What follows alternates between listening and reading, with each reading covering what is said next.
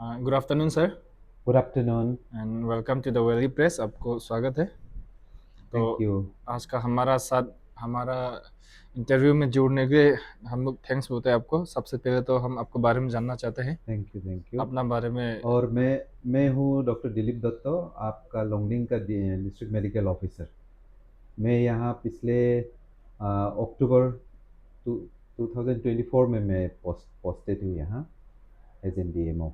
अच्छा, तो हमारा आज का पहला सवाल ये है जनता की तरफ से।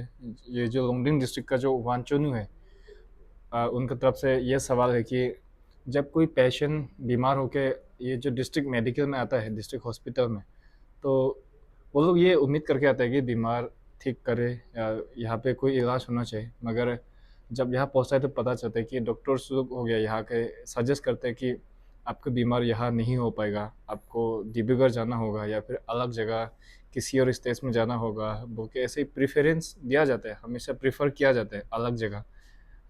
तो इसका क्या वजह हो सकता है सर? इसमें मैं आपको डिटेल बताऊंगा। लोंगडिंग जो डिस्ट्रिक्ट बना है 2012 को, तो 2014 को यहाँ का डिस्ट्रिक्ट हॉस्पिटल का अप्रूवल हुआ था। लेकिन अ, बोलते वक्त मेरे मेरे को भी दुख होता है। मैं यहाँ जब आया था, लोंगडिंग में आया था, तो लोंगडिंग का बारे में बहुत कुछ निगेटिव ही सुन के आया था। लेकिन हम भी सोचा था कि इतना खराब होगा बोल के नहीं मालूम था। लेकिन इसमें ये चलो ठीक, दूसरी बात है। लोंगडिंग का जो डिस्ट्रिक्ट हॉस्पिटल है वो इस्टेब्लिश 2014 को हुआ, सेंक्शन ये हुआ था।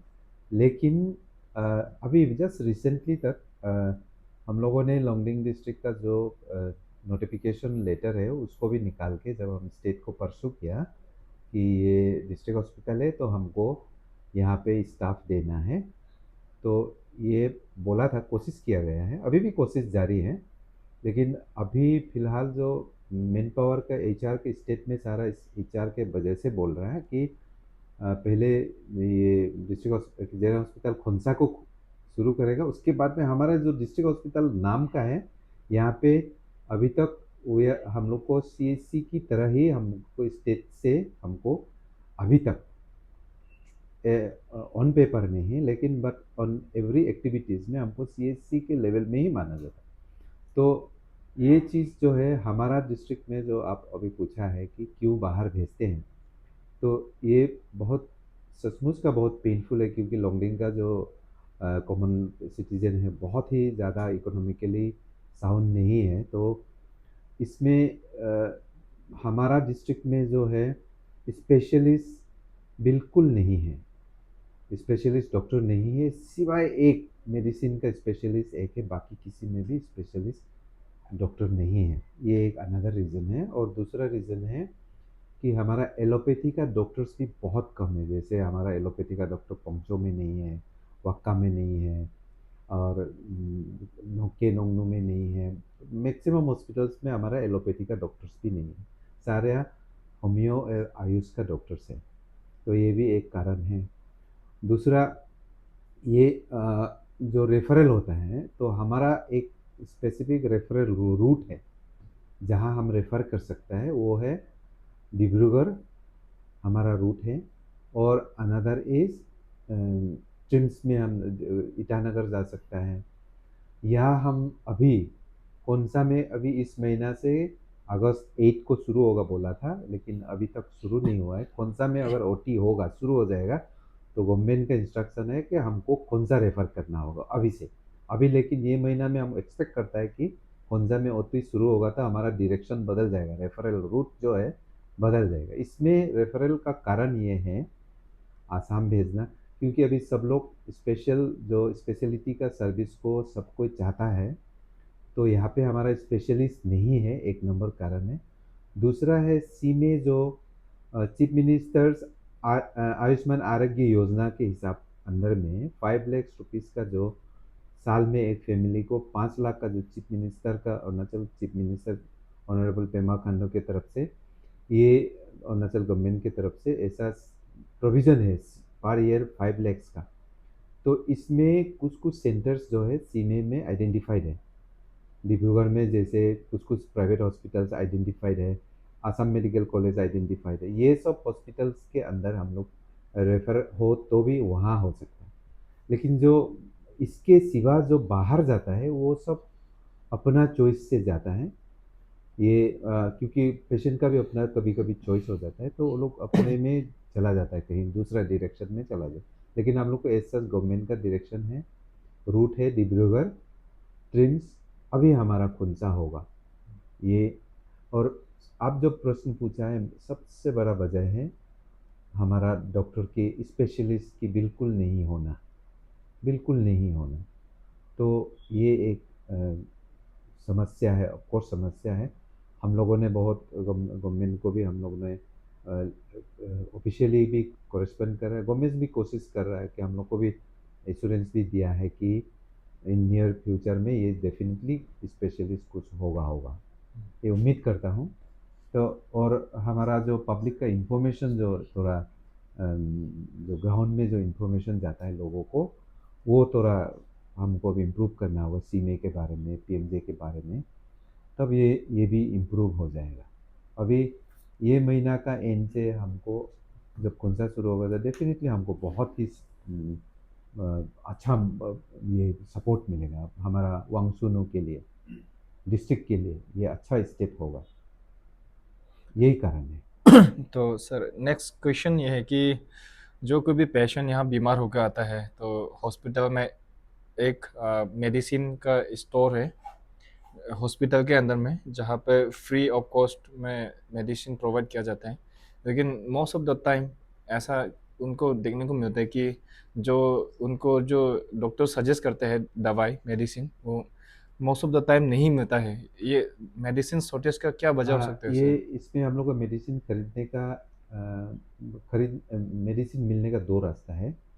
एक है एक MMR के मुख्यमंत्री कल्याण कोष, उसमें उसमें से एक अमाउंट आता है, तो हमारा डिस्ट्रिक्ट का आता है 32 lakhs का आता है, 32 lakhs का अमाउंट का आता है। तो वो 32 lakhs में भी 50% जो है हमारा जो स्टाफ नहीं है उसको हायर करने में, यानी कि 32 lakhs से 16 lakhs का हमारा स्टाफ पेमेंट में चला जाता है। तो 16 lakhs में हम लोग को दवा खरीदना पड़ता है, दवा, इंस्ट्रूमेंट्स, फिनाइल वगैरह वगैरह, बहुत सारा हॉस्पिटल का सामान था तो उसको खरीदना पड़ता है, ग्लव्स आता है, बहुत सारा कुछ आता है तो उसको खरीदना पड़ता है। तो अभी तक, और स्टेट से मेजर हिस्सा जो है स्टेट से आता है। इस साल का पिछले साल का तो मुझे नहीं मालूम है, लेकिन इस साल का कंडीशन ऐसा है, अभी मई महीना को स्टेट से आता है, यूजुअली मई महीना को दवा आ जाता है, लेकिन इस साल में अभी तक नहीं है। आज तो 11 अगस्त है, हम एक्सपेक्ट कर कल या परसों पहुंच जाएगा मेडिसिन भी स्टेट से वाला। और MMRK का जो है लास्ट ईयर का जो थोड़ा खरीदा था, वो अभी तक जैसे तैसे खींच के आया है, तो इसमें भी अ, अभी एग्जॉशन हो गया। तो अभी फिलहाल इसीलिए शॉर्टेज है कि स्टेट से आया नहीं है, MMRK का ख़त्म हो गया है, तो ये थोड़ा सा फेज में अभी नहीं मिल रहा है। तो हमको आज सुनने में मिला है कि ये 2-3 दिन में स्टेट का जो सप्लाई है वो आ जाएगा, तब तो शायद ये शॉर्टेज नहीं होना चाहिए।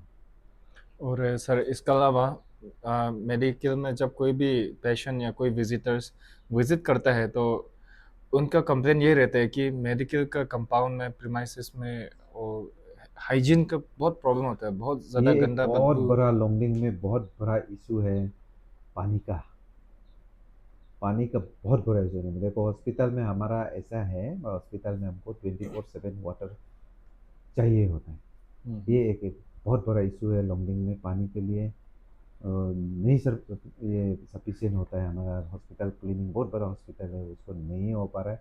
टॉयलेट्स में आपको दिखाई देगा पानी नहीं आ रहा है, बाथरूम में दिखाई देगा पानी नहीं आ रहा है, पीने का टेप में पानी नहीं आ रहा है। तो ये बहुत बड़ा एक लॉन्गडिंग, पूरा एंटायर लॉन्गडिंग का एक इशू है ये। हम लोगों ने बहुत बार कोशिश किया है, लेकिन ये वाटर सप्लाई से बोला है कि वेरी सुन ये ठीक हो जाएगा, तब ठीक होगा। और ये क्लीनलीनेस के बारे में आप जो बोला है, कि हमारा जो सैनिटरी स्टाफ जो हम आपको अभी अभी बोला था MMR के, उससे 50% के स्टाफ्स का हम पेमेंट उसको रखते, वो भी जो गवर्नमेंट रेट है, जो मिनिमम पे गवर्नमेंट का है, एक लेबर का पे है पर मंथ में 16,000 का है, लेकिन हम लोग उसको भी 10,000 दे पा रहा है MMR के से, जैसे तैसे करके यहाँ पे हम लोग स्टाफ रखा है। वो सैनिटरी स्टाफ भी कम है, मेरा बहुत कम है डिस्ट्रिक्ट में, तो ये एक रीज़न है। फिर भी मेन रीज़न तो हमारा पावर नहीं होना, जो हमारा वैक्यूम मशीन्स वगैरह पावर से चलता है, पावर बहुत क्राइसिस है। और दूसरा है वाटर सप्लाई की वजह से हमको बहुत तकलीफ होता है। ये हम अभी तक ये एड्रेस नहीं कर पा रहा, हम आने के बाद में ये बहुत कोशिश कर रहा हूँ, लेकिन वो एड्रेस नहीं कर पा रहा हूँ कि पानी का सप्लाई की वजह से। ये बहुत बड़ा इशू है पूरा लॉन्गडिंग में। हाँ हाँ। लेकिन हम लोग अभी एक्सपेक्ट कर रहे हैं कि ये शायद जल्द हो जाए। आपने बहुत मैंने अच्छा सवाल रेज किया है। ये एक बहुत बड़ा इशू है सबके लिए। और एक तो पब्लिक का जो क्लीनलीनेस के बारे में आप बोलो, पब्लिक ये देखो, पब्लिक का कंट्रीब्यूशन, हम आज चून ये डिस्टेम्पर मारता है, फिर कल पान खा के पूरा इधर उधर फेंक देता है। तो ये वाला चीज़ जो हम कंट्रोल नहीं कर पा रहा पब्लिक को, ये चीज़ बहुत बड़ा न्यूसेंस हो रहा है। आज साफ करेगा, फिर कल तू, आप एक बार उधर का भी वीडियो लेके देखिए, सारा जगह में आप थूका हुआ नजर आएगा। हम लोग स्पीड ऑन रखा है, उसको भी चोरी कर दिया, रात को ले जाता है, पता नहीं कौन ले जाता है, ऐसा हाल है। तो ये एक इशू है लॉन्गडिंग में। फिर भी ये हम लोग बार बार कोशिश करने पर ही वो होगा। अभी हम लोग लॉन्गडिंग को डिस्ट्रिक्ट हॉस्पिटल को हम लोग ये अभी हम डिस्क्लोज नहीं करेंगे, कुछ एक दूसरा बड़ा स्टेप लेने का कोशिश कर रहा है। तो और इसके अलावा सर, आप बताइए कि लॉन्गडिंग मेडिकल में कौन सा डिपार्टमेंट में, कौन सा सेक्शन में, कौन सा जगह पर, किस फील्ड में कौन से एक्सपर्टीज की ज़रूरत है, मेडिसिन कितना ज़रूरत है, और सफिशिएंट होने के लिए स्टाफ कौन कौन सा डिपार्टमेंट में कमी है, देखिए ये सब लॉन्गडिंग एक बताइए। बहुत ही ज़्यादा पॉपुलेटेड डिस्ट्रिक्ट, वो अरुणाचल में बहुत ही ज़्यादा पॉपुलेटेड डिस्ट्रिक्ट है। छोटा डिस्ट्रिक्ट है लेकिन पॉपुलेशन बहुत ज़्यादा है इसका। तो हमारा जो है जो MMRK का जो फंड भी आता है, तो बाकी जहाँ पे पॉपुलेशन कम है उसका सेम सेम आता है, कि हमारा पॉपुलेशन इतना ज़्यादा है। लॉन्गडिंग का पॉपुलेशन बहुत डेंसली पॉपुलेटेड है, ये एक है। रिक्वायरमेंट मेडिसिन तो हमारा बहुत ज़्यादा है। हम लोग लिखा भी है इसके बारे में, तो होप इन नियर फ्यूचर कुछ होगा। और ये जो जिस स्पेशलिटी में नहीं है, सिवाय मेडिसिन डिपार्टमेंट का, कोई भी स्पेशलिटी में कोई भी डॉक्टर नहीं है। सिर्फ एक ही सिर्फ स्पेशलिस्ट है, वो है मेडिसिन का। वो मेडिसिन स्पेशलिस्ट है एक ठो, और बाकी नहीं है। गायनी का एक है, वो कॉन्ट्रेक्चुअल में आता है। वो हम आसाम से कॉन्ट्रेक्चुअल में, हम मेरा जो प्रीवियस जो DMO है वो कॉन्ट्रेक्चुअल में रखा है, तो वो आता है सप्ताह में 2 बार, महीना में 8 टाइम्स आता है, तो वो कॉन्ट्रेक्चुअल में है। अदर देन दैट तो कोई भी स्पेशलिटी नहीं, कोई भी नहीं स्पेशलिटी लॉन्गडिंग में। तो हम लोगों ने डिस्ट्रिक्ट हॉस्पिटल जो नोमेनक्लेचर डाला है, इसके लिए हम लोग प्रीवियस जो सेक्रेटरी मैडम थी उससे भी बात करें। और ये अभी स्टेट में भी हमारा ऑनरेबल मिनिस्टर भी बहुत कोशिश कर रहे हैं ये सबको ये करने के लिए, लेकिन स्टेट में ना मैन पावर कम है, स्पेशलिस्ट कम है, डॉक्टर्स कम है, तो एडजस्ट नहीं हो पा रहा है अभी। नियर फ्यूचर में अपॉइंटमेंट होएगा तो डेफिनेटली हम लोग को भी मिलेगा। और हम ये लोग ने डिमांड प्लेस, हमारा तरफ से बार बार डिमांड प्लेस किया है। और nurse staff, nursing nurses. Staff ANMs हमारा बहुत कम है। और बहुत सारा ऐसा हेल्थ जो सब सेंटर्स है, वो हमको सेंक्शन है, लेकिन वो फंक्शनल नहीं है। जैसे फॉर एग्जांपल लोंगफोंग है, वो सेंक्शन है लेकिन फंक्शनल नहीं है। तो ANMs नहीं होने की वजह से हम लोगों ने 4 जो सब सेंटर है वो सेंक्शन है, लेकिन हम फंक्शनलाइज नहीं कर पा रहा है। तो शायद हमारा ऑनरेबल MLA साहब लोग भी कोशिश कर रहे हैं, मिनिस्टर साहब भी कोशिश कर रहे हैं।